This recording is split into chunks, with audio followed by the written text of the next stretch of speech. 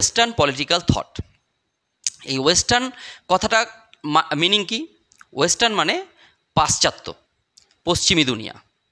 Western political thought, পশ্চিমী দুনিয়ার যে রাষ্ট্রচিন্তা সেটা আমরা জানবো। দেখো, ভারতের কথা আমরা পড়বো না, ওয়েস্টার্ন বলছে। ওয়েস্টার্ন মানে আমরা কি? পাশ্চাত্য জানি। আর পাশ্চাত্য মানে কার কথা বলবো? ইউরোপের। তাহলে ইউরোপ মহাদেশ ভাবো, ইউরোপ মহাদেশের কাহিনী আজকে আমরা পড়বো। তাহলে ইউরোপ মহাদেশে কি হয়েছে? ইউরোপ মহাদেশের প্রাচীনকাল পড়ব, ইউরোপ মহাদেশের মধ্যযুগ পড়ব, আর ইউরোপ মহাদেশেরই আধুনিক কালটা পড়ব। তো ওখানের রাষ্ট্র যে চিন্তাবিদরা আছে তাদের যে চিন্তা ভাবনা সেগুলো আমরা আজকে জানব। এটা পুরোপুরি গল্পের মতো হবে, তাই ক্লাসটা ভালো করে শোনো। এটা শুনে পরীক্ষায় যদি যাও তোমরা এটা শুনেই লিখতে পারবে। তাহলে শুরু করা যাক। ওয়েস্টার্ন পলিটিক্যাল থট, পাশ্চাত্য রাষ্ট্রচিন্তা। এবারে এটা শুরু হচ্ছে ইউরোপের কাহিনী। ইউরোপে প্রাচীনকালের প্রাচীনকালে ইউরোপের সবথেকে উন্নত দেশ ছিল প্রাচীন গ্রিস। তাহলে প্রাচীন গ্রিসের কথা আমরা জানব। তা গ্রিসে প্রাচীনকালে একদল সফিস্ট থাকতো। সফিস্টরা কি করত? সফিস্টরা ঘুরে ঘুরে জ্ঞান বিতরণ করত। তো ওদেরকে বলা হতো ভ্রাম্যমান শিক্ষক। ঘুরে ঘুরে জ্ঞান বিতরণ করতো কিন্তু অর্থের বিনিময়ে। তাহলে সফিস্ট, এরকম সফিস্ট দার্শনিকের নাম যদি বলতে বলে কি বলবে? প্রোটাগোরাস, অ্যান্টিফোন, জর্জিয়াস, থ্রেসিমেকাস, হিপ্পিয়াস, এরা হচ্ছে সফিস্ট দার্শনিক। তাহলে তোমাদের কোশ্চেন আসতেই পারে, সফিস্ট দার্শনিক কাদের বলে? সফিস্ট দার্শনিক হচ্ছে যারা কি করতো? ঘুরে ঘুরে জ্ঞান বিতরণ করতো অর্থের বিনিময়ে। আর এদেরকে আমরা কি বলবো সেই জন্য? ভ্রাম্যমান শিক্ষক। হয়ে গেল। সিলেবাসে কি আছে? গ্রিক রাষ্ট্রচিন্তাটা কীরকম থাকবে, তখনকার দিনে গ্রিকের অবস্থা কীরকম ছিল, সেই রাষ্ট্রচিন্তার বৈশিষ্ট্য। তাহলে গ্রিস যেহেতু উন্নত ছিল, গ্রিসের শাসন ব্যবস্থা কীরকম ছিল? গ্রিস ছোট ছোট নগর রাষ্ট্রে ভাগ করা ছিল। এই ছোট ছোট নগর রাষ্ট্র, তখনকার দিনে নগর রাষ্ট্র, এই নগর রাষ্ট্রগুলোকে কী বলা হতো? আমরা 11-এ জেনেছি, পলিস। নগর রাষ্ট্রকে কী বলা হতো? পলিস। তো গ্রিসে এই ছোট ছোট নগর রাষ্ট্র, এরকম দুটো নগর রাষ্ট্র কি? এথেন্স আর স্পার্টা। তাহলে তখনকার দিনে গ্রিসে, এথেন্সে কী ছিল? গণতন্ত্র ছিল। তাহলে কতটা উন্নত বুঝতে পারছো? তাহলে গ্রিস উন্নত। প্রথমে গ্রিক রাষ্ট্রচিন্তা বৈশিষ্ট্য বলতে বললে কি বলবো? যে নগর রাষ্ট্রকেন্দ্রিক চিন্তাভাবনা। তাহলে একটা বৈশিষ্ট্য হলো। দ্বিতীয় বৈশিষ্ট্য, 2 নম্বর, গ্রিসের লোকরা কীরকম হবে? বোকা হবে। রাষ্ট্র উন্নত কাদের জন্য হয়? ব্যক্তির জন্যই। তাহলে সেখানকার ব্যক্তিরা কীরকম ছিল? মানুষরা কীরকম ছিল? যুক্তিবাদী। সব কিছুকে তারা কী দিয়ে বিচার করতো? যুক্তি দিয়ে বিচার করতো। তাহলে গ্রিসের দ্বিতীয় বৈশিষ্ট্য কী হবে? যুক্তিবাদিতা, যুক্তিবাদের প্রাধান্য হতেই পারে। এবার 3 নম্বর বৈশিষ্ট্য, ওখানে ব্যক্তিকে, ইন্ডিভিজুয়ালকে গুরুত্ব দেওয়া হতো। গ্রিসে তখনকার দিনে ব্যক্তি স্বাধীনতা ছিল, ব্যক্তির আলাদা করে অস্তিত্ব ছিল, চিন্তা ভাবনা করার সুযোগ ছিল। তাহলে ব্যক্তি স্বাতন্ত্র্যবাদী চিন্তা। তাহলে দেখো 3টে বৈশিষ্ট্য কি? নগররাষ্ট্রকেন্দ্রিক চিন্তা, তারপরে যুক্তিবাদিতা, তারপরে ব্যক্তি স্বাতন্ত্র্যবাদী, ব্যক্তির স্বাধীনতা ছিল। তারপরে ওখানে গ্রিসে কীরকম ছিল? কোনো ধর্মকে গুরুত্ব দিত না, মানে স্পেশালভাবে যে কোনো একটা ধর্মকে প্রাধান্য দিত সেটাও দিত না। তাহলে ধর্মনিরপেক্ষ ছিল। তারপরে যদি 5 নম্বর বৈশিষ্ট্য বলো, আইনের ধর্মনিরপেক্ষীকরণ ছিল। আইনের ধর্মনিরপেক্ষীকরণ মানে আইন আলাদা জায়গায়, ধর্ম আলাদা জায়গায়, দুটো কখনোই এক হয়ে যায়নি। তাহলে আইনের ধর্মনিরপেক্ষীকরণ। দেখো গ্রিসের 5টা বৈশিষ্ট্য যদি বলো তাহলে কীরকম দাঁড়াচ্ছে? যে নগর রাষ্ট্রকেন্দ্রিক চিন্তাভাবনা, 2 যুক্তিবাদিতা, 3 ব্যক্তি স্বাতন্ত্র্যবাদী, 4 ধর্মনিরপেক্ষীকরণ, 5 আইনের ধর্মনিরপেক্ষীকরণ। তাহলে প্রাচীন গ্রিসটা কীরকম ছিল? উন্নত ছিল।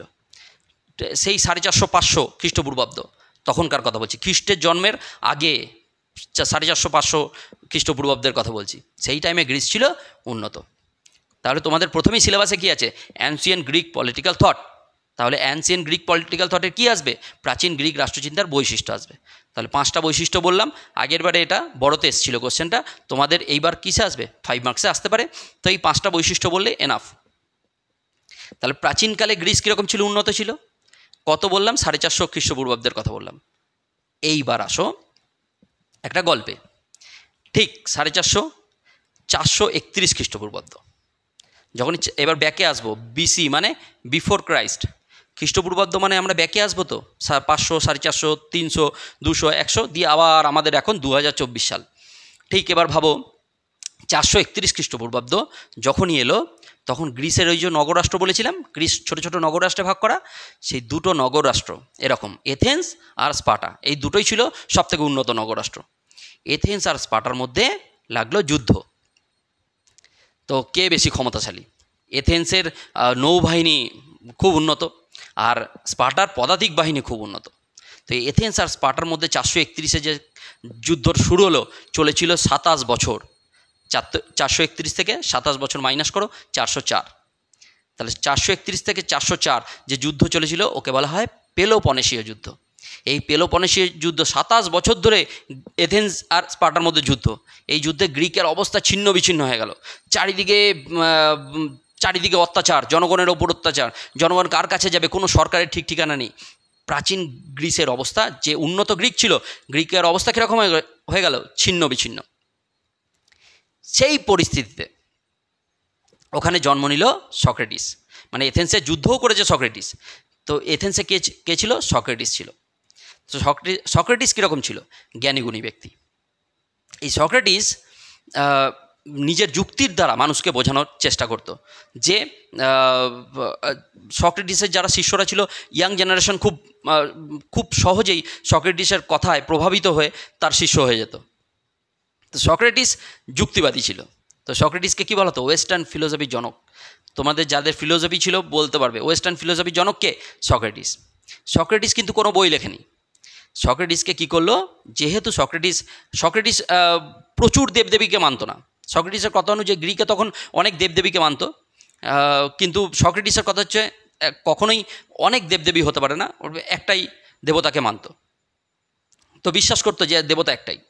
তো সক্রেটিসকে সেই জন্য কী করলো? প্ল্যান করে ধরে নিয়ে গেল, ধরে নিয়ে যে বিষ খাইয়ে মেরে দিল। এই সক্রেটিসের যে বিষ খেয়ে মৃত্যু, এটা সক্রেটিসের শিষ্য ছিল প্লেটো। এই প্লেটো অবধি আসার জন্য আমি এই গল্পটা তোমাদের বললাম। দেখো গ্রিকের পরিস্থিতি কীরকম হয়ে গেছে, চারিদিকে বিশৃঙ্খলা। এমতো পরিস্থিতিতে সক্রেটিস মারা গেছে। সক্রেটিসের শিষ্য প্লেটো এসে তার বই লেখে দ্য রিপাবলিকে সক্রেটিসের বাণীগুলো লেখে। এইবার সক্রেটিস মারা গেছে, প্লেটো এসছে, গ্রিকের পরিস্থিতি চারিদিকে ছিন্ন বিচ্ছিন্ন। এমতো অবস্থায় যেহেতু সক্রেটিস ন্যায় বিচার পায়নি, প্লেটো তার ন্যায় বিচারের ধারণা দিল, প্লেটো জাস্টিসের ধারণা দিল। তাহলে প্লেটো জাস্টিস কি? তোমাদের সিলেবাসে এটা আছে। এই অবধি আসার জন্য এই গল্পটা বললাম। তার প্লেটো জাস্টিস কি বলছে? প্লেটো ন্যায় বিচার। প্লেটো বলছে সমাজে ন্যায় বিচার প্রতিষ্ঠা হবে তখনই যখন বা যদি সমাজে তিনটে শ্রেণী থাকবে। তিনটে শ্রেণী কী কী? 1 শাসক শ্রেণী, 2 যোদ্ধা শ্রেণী, আর 3 উৎপাদক শ্রেণী। শাসক শ্রেণীর কাজ কি হবে? দেশ শাসন করা। দেশ শাসন করতে গেলে কি লাগে? ওই তিনটে শ্রেণীর তিনটে গুণ। তিনটে শ্রেণীর কি বলেছে? তিনটে গুণ থাকবে। শাসক শ্রেণীর কি গুণ হবে? প্রজ্ঞা, বুদ্ধি। যে শাসক হবে তার শক্তি কতটা সেটা ম্যাটার করে না, তার কি থাকতে হবে? বুদ্ধি অবশ্যই থাকতে হবে। তো শাসক শ্রেণীর কী গুণ থাকবে? প্লেটো বলেছে প্রজ্ঞা গুণ। তারপরে যোদ্ধা শ্রেণীর কি? দেশ পাহারা দেবে, দেশকে প্রোটেক্ট করবে, আমাদের যেমন আর্মি। তো যোদ্ধা শ্রেণীর কী গুণ হবে? সাহসিকতা। আর তারপরে যে স্তরটা থেকে যাবে সেটা হচ্ছে উৎপাদক শ্রেণী। তো উৎপাদক শ্রেণী কী করবে? এই 2 শ্রেণীকে সেবা করবে। তো কখনোই এই 2 শ্রেণীকে অতিক্রম করে যাবে না। তাই উৎপাদক শ্রেণী কী গুণ থাকবে? মিতাচার। মানে উৎপাদক শ্রেণী কী হবে? আচার ব্যবহার খুব ভালো হবে। দেখো যদি উৎপাদক শ্রেণীর গুণ সাহসিকতা হতো, তাহলে উৎপাদক শ্রেণী তো কখনো শাসককে মেরেও দিতে পারতো। সেই জন্য উৎপাদক শ্রেণীর গুণ কী হবে? উৎপাদক শ্রেণীর গুণ হবে মিতাচার। তাহলে বোঝা গেল। এইবারে দেখো বলছে সমাজে প্লেটো ন্যায় বিচার বলতে কি বলছে? বলছে সমাজে 3টে শ্রেণী থাকবে, 3টে গুণ নিয়ে। যদি কেউ কারুর কাজে হস্তক্ষেপ না করে তাহলে সমাজে কি প্রতিষ্ঠা হবে? ন্যায় বিচার প্রতিষ্ঠা হবে। আর সেই ন্যায় বিচার সম্মিলিত সমাজই হলো আদর্শ রাষ্ট্র। বোঝাতে পারলাম? তাহলে প্লেটোর আইডিয়াল স্টেট বললেও এটা লিখতে পারবে। আর যদি ন্যায় বিচার বলে তাহলে এটা তোমরা বলতে পারো। আবার বলো আমার সাথে সাথে যদি বলতে পারো। তা প্লেটো কি বলছে? প্লেটো তিনটে শ্রেণীর কথা বলছে। শাসক শ্রেণী, কি গুণ হবে? প্রজ্ঞা। 2 নম্বর হচ্ছে যোদ্ধা শ্রেণী, কি গুণ হবে? সাহসিকতা। আর 3 নম্বর হচ্ছে উৎপাদক শ্রেণী, কি গুণ হবে? মিতাচার। এই তিনটে শ্রেণী, তিনটে গুণ নিয়ে কেউ যদি কারুর কাজে হস্তক্ষেপ না করে, তখন সমাজে কি প্রতিষ্ঠা হবে? ন্যায় বিচার প্রতিষ্ঠা হবে। তাহলে প্লেটো জাস্টিস নিয়ে আর কোনো সমস্যা নেই। প্লেটো জাস্টিসের ধারণা দিল, কিন্তু প্লেটো কখনোই বলেনি যে এই তিনটে শ্রেণী সমাজে ভাগ করবেটাকে। তাই প্লেটো তত্ত্বটা অতটাও ফোকাস পায়নি রাষ্ট্রবিজ্ঞানে। ঠিক তারপরে এলো প্লেটোর লেখা বই। কি বললাম? প্লেটোর লেখা বই হচ্ছে the Republic, the Statesman, the Laws, এগুলো প্লেটোর লেখা। রিপাবলিকটা মনে রাখবে। প্লেটো একটা শিক্ষা প্রতিষ্ঠান করে যার নাম একাডেমি। এগুলো শর্ট কোশ্চেনে টুকটাক আসতে পারে। তার প্লেটো বুঝতে পারলে, প্লেটো তোমাদের সিলেবাসে কী আছে? প্লেটোর জাস্টিস। এইবারে প্লেটোর পরে এলো প্লেটোর শিষ্য অ্যারিস্টটল। প্লেটোর শিষ্যকে অ্যারিস্টটল। তো অ্যারিস্টটল এসে, অ্যারিস্টটলও খুব জ্ঞানীগুণী ব্যক্তি। অ্যারিস্টটল এসে তার রাষ্ট্রতত্ত্ব দিল। আর তোমাদের সিলেবাসে কী আছে? অ্যারিস্টটলের স্টেট থিওরি। তো অ্যারিস্টটলের লেখা দ্য পলিটিক্স। অ্যারিস্টটল যখন এলো তখনও গ্রিকের পরিস্থিতি কীরকম? চারিদিকে ছিন্ন বিচ্ছিন্ন অবস্থা, বিশৃঙ্খলা পরিস্থিতি, স্বজন পোষণ চলছে, গণতন্ত্রের নামে প্রহসন চলছে। এই পরিস্থিতিতে অ্যারিস্টটল তার রাষ্ট্রতত্ত্ব দিল। তাই অ্যারিস্টটলকে কি বলা হয়? রাষ্ট্রবিজ্ঞানের জনক। অ্যারিস্টটলকে কি বলবো আমরা? রাষ্ট্রবিজ্ঞানের জনক। তাই অ্যারিস্টটল লেখা বইটার নাম কি? The politics. অ্যারিস্টটল এলো। অ্যারিস্টটল এসে বলছে তার রাষ্ট্রতত্ত্বে কি বলছে? রাষ্ট্রের উদ্ভব কিভাবে হলো? অ্যারিস্টটল বলছে রাষ্ট্রের উদ্ভব দুটো সম্পর্কের মাধ্যমে হয়েছে। একটা হচ্ছে নারী পুরুষের সম্পর্ক, আর একটা হচ্ছে প্রভুভিত্তের সম্পর্ক। নারী পুরুষের সম্পর্ক আর প্রভুভিত্তের সম্পর্কের মধ্যে কি তৈরি হয়েছে? প্রথমে তৈরি হয়েছে পরিবার। এই পরিবারের মধ্যে মানুষের যখন সমস্ত চাহিদা ফুলফিল হচ্ছে না, তখন পরিবার থেকে তৈরি হয়েছে গ্রাম। আর গ্রামেও যখন মানুষের সমস্ত চাহিদা মিটছে না, তখন গ্রাম থেকে কি সৃষ্টি হয়েছে? রাষ্ট্র। তাহলে অ্যারিস্টটলের মতে রাষ্ট্রের উদ্ভব কীভাবে হয়েছে? পরিবারের পরে গ্রাম, গ্রাম থেকে রাষ্ট্র, এইভাবে রাষ্ট্রের উদ্ভব হয়েছে। তাহলে লিখতেই পারবে রাষ্ট্রের উদ্ভব। এইবার অ্যারিস্টটল বলছে যে রাষ্ট্রতত্ত্ব সম্পর্কে তার বক্তব্য হচ্ছে the state is prior to the individual. রাষ্ট্র হচ্ছে ব্যক্তির পূর্ববর্তী, মানে রাষ্ট্র ব্যক্তির আগে। এটা সময়ের দিক থেকে নয়, গুরুত্বের দিক থেকে। সময়ের দিক থেকে কি? সময়ের দিক থেকে আদিম যুগে রাষ্ট্র ছিল? রাষ্ট্র তো হলো এই ওয়েস্টফেলিয়া চুক্তি, ইউরোপের 1648। তার আগে কিন্তু জাতিরাষ্ট্র গঠন হয়নি। এখন 2024, রাষ্ট্রের গঠন কবে হয়েছে? জাতিরাষ্ট্র গঠন 1648, ওয়েস্টফেলিয়া চুক্তি। তারপর থেকে জাতিরাষ্ট্র আস্তে আস্তে গঠন হওয়া শুরু হয়েছে। তাহলে রাষ্ট্রের কি বলছে? The state is prior to the individual. রাষ্ট্র হচ্ছে ব্যক্তির পূর্ববর্তী। তাও রাষ্ট্র হচ্ছে ব্যক্তির থেকেও আগে, সময়ের দিক থেকে নয়, গুরুত্বের দিক থেকে। তাহলে গুরুত্বের দিক থেকে কি বলছে অ্যারিস্টটল? রাষ্ট্র হচ্ছে আগে, ব্যক্তি হচ্ছে পরে। এইবার বলছে, তারপরে বলছে কি? তারপর বলছে the state is legally supreme. রাষ্ট্র হচ্ছে সর্বোৎকৃষ্ট প্রতিষ্ঠান। রাষ্ট্রের মধ্যেই ব্যক্তি তার ব্যক্তিত্বের পূর্ণ বিকাশ সাধন করতে পারে। যে মানুষ রাষ্ট্রে বসবাস করে না, সে হয় পশু নয় দেবতা। বলছে রাষ্ট্রের মধ্যেই ব্যক্তিকে থাকতে হবে। আচ্ছা ধরো তোমরা পড়াশোনা করছো, পড়াশোনা করে কি হবে? ডাক্তার হবে, ইঞ্জিনিয়ার হবে, কেউ কিছু তো হবে। তো যাই হও, তোমাদের যদি জঙ্গলে ছেড়ে দেয়, জঙ্গলে বসবাস করতে বলে, তো জঙ্গলে তুমি কার ডাক্তারি করবে বা কার ইঞ্জিনিয়ারিং করবে? আমাকে যদি এখন জঙ্গলে পাঠিয়ে দেয়, আমি কাদের পড়াবো? বাঘ ভাল্লুক ওদের পড়াবো? তাহলে আমার যে ব্যক্তিগত যে গুণাবলীগুলো আছে, সেগুলো তো ফ্লোরাইজ করতে পারবো না, তার কোনো জায়গাই নেই। তাহলে রাষ্ট্র হচ্ছে কি বলছে? রাষ্ট্র হচ্ছে সর্বোৎকৃষ্ট প্রতিষ্ঠান। তা রাষ্ট্রের মধ্যে থেকে ব্যক্তি তার ব্যক্তিত্বের পূর্ণ বিকাশ সাধন করতে পারবে, তার যে গুণাবলীগুলো আছে সেগুলোর বিকাশ সাধন করতে পারবে। তা রাষ্ট্র হচ্ছে, সেই জন্য বলছে আগে আর ব্যক্তি পরে। রাষ্ট্র হচ্ছে সর্বোৎকৃষ্ট প্রতিষ্ঠান। The state is legally supreme. তারপর কি বলছে? রাষ্ট্র হচ্ছে জীবদেহ স্বরূপ। রাষ্ট্র জীবদেহ স্বরূপ, মানে রাষ্ট্র হচ্ছে জীবদেহ আর ব্যক্তি তার অঙ্গ প্রত্যঙ্গ। বলছে দেখো, রাষ্ট্র হচ্ছে সমগ্র আর ব্যক্তি তার অংশ। তাই অংশ কখনোই সমগ্রর আগে থাকতে পারে না। রাষ্ট্র হচ্ছে জীবদেহ, জীবদেহ যদি আমি যদি মারা যাই তাহলে কি অঙ্গ প্রত্যঙ্গ আর কোনো কাজ হবে? তা রাষ্ট্র যদি মরে যায় তাহলে ব্যক্তির কোনো গুরুত্বই নেই। বোঝাতে পারছি? এইবারে বলছে কি, আর একটা কী বলছে, রাষ্ট্র হচ্ছে নৈতিক প্রতিষ্ঠান। রাষ্ট্রের মধ্যে থেকেই মানুষের নৈতিক বিকাশ সম্ভব, নৈতিক গুণাবলীর বিকাশ সম্ভব। তারপর বলছে man is a political animal. রাষ্ট্র হচ্ছে, এই মানুষ হচ্ছে রাজনৈতিক জীব। আর বিখ্যাত উক্তি, man is a political animal, মানুষ হচ্ছে রাজনৈতিক জীব। দেখো মানুষ অ্যাকচুয়ালি কি সমাজবদ্ধ জীব। তাই রাষ্ট্রের মধ্যে থেকেই ব্যক্তি কী করতে পারবে, মানুষ কী করতে পারবে, তার বললাম আবার সেই কথাই, ব্যক্তিত্বের পূর্ণ বিকাশ সাধন করতে পারবে। রাষ্ট্রের বাইরে মানুষের কোনো অস্তিত্বই নেই। বলেছিলাম রাষ্ট্র কি বলছে, যে মানুষ রাষ্ট্রে বসবাস করে না সেই হয় পশু নয় দেবতা। তা মানুষ হচ্ছে রাজনৈতিক জীব, man is a political animal. তাহলে এইগুলো টুকটাক এই যে পরপর পয়েন্ট করে করে তোমরা একটা অ্যারিস্টটলের রাষ্ট্রতত্ত্ব তোমরা লিখতে পারবে। এবারে অ্যারিস্টটলের রাষ্ট্রতত্ত্ব লিখতে গেলে প্রথমে কী হবে, প্রথমে ভূমিকাতে কী লিখবে, যে অ্যারিস্টটল হচ্ছে সেই গ্রিকের সেই বিশৃঙ্খল পরিস্থিতি, পেলোপনেসীয় যুদ্ধ হয়েছে, তার আগে গ্রিকের অবস্থা ছিন্ন বিচ্ছিন্ন, গণতন্ত্রের নামে প্রহসন চলছে, সেই টাইমে অ্যারিস্টটল আসছে দ্য পলিটিক্স গ্রন্থে তার রাষ্ট্রতত্ত্ব প্রেজেন্ট করে। এবারে তারপরে পয়েন্ট কী করবে, ভূমিকার পরে বলবে রাষ্ট্রের উদ্ভব কীভাবে হলো। বলেই দিলাম রাষ্ট্রের উদ্ভব কীভাবে হয়েছে। রাষ্ট্র হচ্ছে প্রথমে পরিবার, দুটো সম্পর্ক, একটা নারী পুরুষের সম্পর্ক আর একটা হচ্ছে প্রভুভিত্তের সম্পর্ক। এর মাধ্যমে প্রথমে কি তৈরি হয়েছে, পরিবার, পরিবার থেকে গ্রাম, গ্রাম থেকে রাষ্ট্র।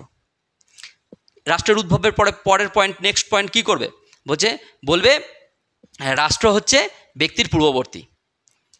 State is prior to the individual, এটা বলে দিলাম। তারপরে রাষ্ট্র হচ্ছে সর্বোৎকৃষ্ট প্রতিষ্ঠান। তারপরের পয়েন্ট কী করবে, রাষ্ট্র একটি নৈতিক প্রতিষ্ঠান।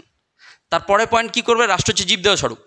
তারপরের পয়েন্ট কী করবে, রাষ্ট্র হচ্ছে সমগ্র ব্যক্তি তার অংশ, বা মানুষ হচ্ছে রাজনৈতিক জীব। এইভাবে কয়েকটা পয়েন্ট করে দিলে এইবারে কি আসবে, অ্যারিস্টটল এত কিছু বললো, এবারে আসবে সমালোচনা করতে বললে কি বলবে। দেখো অ্যারিস্টটল রাষ্ট্রকে এতটাই গুরুত্ব দিয়ে দিয়েছে যে ব্যক্তিকে একটুও স্বাধীনতা দেয়নি। তাই রাষ্ট্র কী হতে পারে, স্বৈরাচারী হয়ে যেতে পারে, রাষ্ট্রের উপরে যে থাকবে। তো অ্যারিস্টটলের রাষ্ট্রতত্ত্ব সমালোচনা এইভাবে করতে পারবে। ঠিক তারপরে যখন উপসংহার আসবে, উপসংহারে কী করবে, উপসংহারে লিখবে যে যতই এত সমালোচনা সত্ত্বেও কি বলা যেতে পারে, যে অ্যারিস্টটলের রাষ্ট্রতত্ত্ব তখনকার যে গ্রিকের পরিস্থিতি, সেই পরিস্থিতিতে অ্যারিস্টটল যে রাষ্ট্রতত্ত্ব দিয়েছে সেটা একটা মানুষের কাছে একটা সঠিক পথ দেখিয়েছে। এইভাবে বলে অ্যারিস্টটলের গুরুত্ব অনস্বীকার্য। তাহলে তার রাষ্ট্রতত্ত্ব এই একটা বড়, এত ডিটেলস আমি এটা বললাম এই কারণে যে তোমাদের অ্যারিস্টটলের রাষ্ট্রতত্ত্ব ভেরি ভেরি ইম্পর্ট্যান্ট, 10 মার্কসের জন্য একদম আসবেই। এবারে অ্যারিস্টটলের রাষ্ট্রতত্ত্বের সাথে আর একটা কী আছে, অ্যারিস্টটলের সরকারের শ্রেণীবিভাগ। অ্যারিস্টটল কী করেছে, সরকারের শ্রেণীবিভাগ। এই সরকারের শ্রেণীবিভাগ কীভাবে করেছে অ্যারিস্টটল, দেখো সরকারের শ্রেণীবিভাগ বলছে, তখনকার দিনে অ্যারিস্টটল বলেছে, দেখো 3টে শাসন ব্যবস্থার কথা বলেছে, একজনের শাসন, কয়েকজনের শাসন আর বহুজনের শাসন। একজনের শাসন কীরকম, বলছে একজনের শাসনের একটা ভালো দিক আছে, খারাপ দিক আছে। তিনটে শাসন ব্যবস্থারই ভালো দিক আর খারাপ দিক আছে, এইভাবে আমরা জানবো। তো সরকারের শ্রেণীবিভাগ কটা শাসন ব্যবস্থার কথা বলেছে, 3টে। এই 3টে শাসন ব্যবস্থায় অ্যারিস্টটল দেখো একজনের শাসন বলেছে। একজনের শাসনে ভালো দিক হচ্ছে মোনার্কি, যাকে আমরা বলি কি রাজতন্ত্র, আর খারাপ দিক হচ্ছে টিরানি, যাকে আমরা বলি স্বৈরতন্ত্র। দেখো এবার বোঝো, একজনের শাসন মানে কি, আমাদের দেখো বর্ধমানেও কে শাসন করতো, রাজারা। আগে বর্ধমানেও রাজা ছিল। তো রাজারা যখন শাসন করবে, রাজা যদি আকবরের মতো হয়, প্রজা দরদি হয়, তাহলে সেই শাসন ব্যবস্থা কী হবে, প্রজারা খুব সুখী। তাহলে সেই শাসন ব্যবস্থাকে বলছে রাজতন্ত্র, ভালো দিক। একজনের শাসনের, একজন যদি শাসন করে, সে যদি রাজা ভালো হয়, তাহলে রাজতন্ত্র অবশ্যই ভালো। আর রাজা যদি ঔরঙ্গজেবের মতো হয়, অত্যাচারী রাজা হয়, তাহলে কি হয়ে যাবে, তাকে বলবে স্বৈরতন্ত্র, টিরানি, স্বৈরতন্ত্র। বোঝাতে পারলাম। এবারে আসো কয়েকজনের শাসন, 2 নম্বর। কয়েকজনের শাসনে ভালো দিক হচ্ছে অ্যারিস্টোক্রেসি। অ্যারিস্টোক্রেসি বাংলায় কি বলবো, অভিজাততন্ত্র। আর খারাপ দিক হচ্ছে অলিগার্কি, যাকে আমরা বলবো বাংলায় কি বলবো, সংকীর্ণ গোষ্ঠীতন্ত্র। দেখো কয়েকজনের শাসন আগেকার দিনে হতো, ধরো পুঁজিবাদী যারা, তারা তাদেরকে গ্রিক রোমে কী বলা হতো? অভিজাত বলা হতো। এই অভিজাতরা কয়েকজন মিলে শাসন করছে, তাই তারা যদি ভালো হয়, তাদের চিন্তাভাবনা যদি ভালো হয়, তাহলে সেটা হয়ে যাবে কি? অ্যারিস্টোক্রেসি। মানে অ্যারিস্টোক্রেসিকে কী বলছি আমরা বাংলায়? অভিজাততন্ত্র। আর ওই তাদের মধ্যেই যদি গোষ্ঠীদ্বন্দ্ব লাগে, তাহলেই সেটা হয়ে যাবে কি? অলিগার্কি। তারা যদি খারাপ হয়ে যায়, নিজেদের মধ্যেই খাওয়াখাই করে, বড় লোকরা অভিজাতরা নিজেদের মধ্যেই খাওয়াখাই করছে, তখন সেটা কি হয়ে যাবে? অলিগার্কি, সেই শাসন ব্যবস্থা। তাহলে খারাপ দিক কী হয়ে গেল? অলিগার্কি বা সংকীর্ণ গোষ্ঠীতন্ত্র। এবারে চলে এসো বহুজনের শাসন। বহুজনের শাসনে বলছে ভালো দিক বলছে নিয়মতন্ত্র বা পলিটি, আর খারাপ দিক শুনলে তোমাদের মাথা খারাপ হয়ে যাবে। খারাপ দিক বলছে ডেমোক্রেসি, গণতন্ত্রকে বলছে খারাপ দিক। গণতন্ত্রকে খারাপ দিক বলছে, ভাবো, বলছে অ্যারিস্টটলের মতে বলছে গণতন্ত্রে সবাই ভোট দেওয়ার অধিকার পায়। আর সবাই বলতে সংখ্যাগরিষ্ঠ ব্যক্তি, তখনকার দিনে ভাবো সংখ্যাগরিষ্ঠ ব্যক্তি কি অশিক্ষিত, সবাই তো শিক্ষাগত যোগ্যতা নেই, তাই তাদেরকে ম্যানুপুলেট করা সম্ভব ডেমোক্রেসিতে, গণতন্ত্রে। তাই গণতন্ত্রকে বলেছে খারাপ দিক। আর নিয়মতন্ত্র বা পলিটিটা কি? নিয়মতন্ত্র বা পলিটি হচ্ছে বলছে মধ্যবিত্তরা, মিডিল ক্লাস যারা আছে, তারা একটু শিক্ষাগত যোগ্যতাও আছে, তারা ভোট দিতে পারবে, তারা নির্বাচন করতে পারবে সরকারকে, তাহলে সেই শাসন ব্যবস্থা হবে সবথেকে বেস্ট শাসন ব্যবস্থা। তো অ্যারিস্টটলের মতো সবথেকে ভালো শাসন ব্যবস্থা কি? নিয়মতন্ত্র বা পলিটি। তাহলে এইবার আবার ভাবো, একজনের শাসন, কয়েকজনের শাসন, সরকারের শ্রেণীবিভাগ, একজনের শাসন, কয়েকজনের শাসন, বহুজনের শাসন। একজনের শাসনে ভালো দিক রাজতন্ত্র, খারাপ দিক স্বৈরতন্ত্র।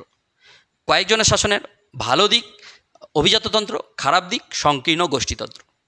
আর বহুজনের শাসনের ভালো দিক নিয়মতন্ত্র বা পলিটি, আর খারাপ দিক ডেমোক্রেসি বা গণতন্ত্র। তাহলে অ্যারিস্টটলের সরকারের শ্রেণীবিভাগ তোমাদের ক্লিয়ার হলো।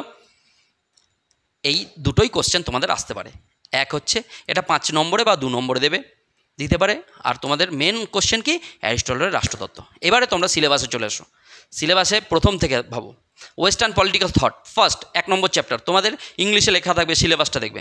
অ্যানসিয়েন্ট গ্রিক পলিটিক্যাল থট, এর মেন ফিচার্স। প্রাচীন গ্রিক রাষ্ট্রচিন্তার বৈশিষ্ট্য, এর মুখ্য বৈশিষ্ট্য বললাম। মুখ্য বৈশিষ্ট্য 5টা বলে দিলাম। কী কী বৈশিষ্ট্য বলেছিলাম? যে নগর রাষ্ট্রকেন্দ্রিক চিন্তাভাবনা, যুক্তিবাদিতা, 3 ব্যক্তি স্বাতন্ত্র্যবাদী, 4 ধর্মনিরপেক্ষীকরণ, 5 আইনের ধর্মনিরপেক্ষীকরণ। তাহলে এই গ্রিক রাষ্ট্রচিন্তার বৈশিষ্ট্য আগের বারে কী হচ্ছে? বড়ত্বে চলে এসছে। এবার আসবে 5 মার্কসে বা 2 মার্কসে তোমাদের ইম্পর্টেন্ট। এবারে চলে এসো গ্রিক রাষ্ট্রচিন্তার পরেই আছে সিলেবাসে দেখবে। সিলেবাসটা খোলো, সিলেবাসে দেখতে হবে কী আছে? Plato justice. জাস্টিস মানে কি? ন্যায় বিচার। প্লেটোর ন্যায় বিচার বললাম 3টে শ্রেণী থাকবে, 3টে শ্রেণীর 3টে গুণ থাকবে। 3টে গুণ নিয়ে সমাজে, এই 3টে গুণ নিয়ে কেউ কারুর কাজে যদি হস্তক্ষেপ না করে, তাহলে সমাজে ন্যায় বিচার প্রতিষ্ঠা হবে। তার প্লেটোর জাস্টিস এইভাবে বলবে। তারপরে আসবে প্লেটোর শিষ্যকে অ্যারিস্টটল। তোমাদের সিলেবাসে কী আছে? অ্যারিস্টটলের স্টেট থিওরি। তাহলে অ্যারিস্টটলের রাষ্ট্রতত্ত্ব বলতে গেলে বললাম কি? The state is prior to the individual, man is a political animal, the state is legally supreme, এগুলো বলে এসেছি। তাহলে রাষ্ট্রের উদ্ভব কীভাবে হয়েছে? পরিবার, গ্রাম, রাষ্ট্র, এইভাবে। তাই অ্যারিস্টটলের রাষ্ট্রতত্ত্ব আমরা ভালো করে পড়ব। তাহলে তোমাদের এবারের ইম্পর্টেন্ট কোশ্চেন কী আছে? গ্রিক রাষ্ট্রচিন্তার বৈশিষ্ট্য আর প্লেটোর ন্যায় বিচার কিসে পড়ব? 5 মার্কসের জন্য আর 2 মার্কসের জন্য। আর অ্যারিস্টটলের রাষ্ট্রতত্ত্ব আমরা কিসে পড়ব? 10 মার্কসের জন্য। তো এই ভিডিওটি ভালো করে যদি ফলো করো, ক্লাসের পুরো সিলেবাস আমি বুঝিয়ে দেবো। আর পরপর ভিডিও আসবে। সিলেবাসটা এটা জানতে পারলে সিলেবাস তোমাদের পুরো ক্লিয়ার হয়ে যাবে। সিলেবাস সম্পর্কে আর কোনো মানে তোমাদের ভীতিভাব কিচ্ছু থাকবে না। এইভাবে পুরো সিলেবাসটা 7টা চ্যাপ্টার আছে তোমাদের, টোটাল 7টা চ্যাপ্টারই আমি বলে দেবো। বলে দিলে কোশ্চেন কোথা থেকে কী আসবে সেটা সম্পর্কে তোমাদের একদম তোমরা ক্লিয়ার থাকবে। আর যদি কোনো নোটসের প্রয়োজন হয় অবশ্যই আমাকে মেসেজ করো। আমি তোমাদের জন্য এরপরে নেক্সট এই অ্যারিস্টটলের রাষ্ট্রতত্ত্বের পুরো নোটসেরও একটা ভিডিও আনার চেষ্টা করছি। যদি ক্লাস ভালো লেগে থাকে অবশ্যই দেখো, বন্ধুদের সাথে শেয়ার করো, সাবস্ক্রাইব করো।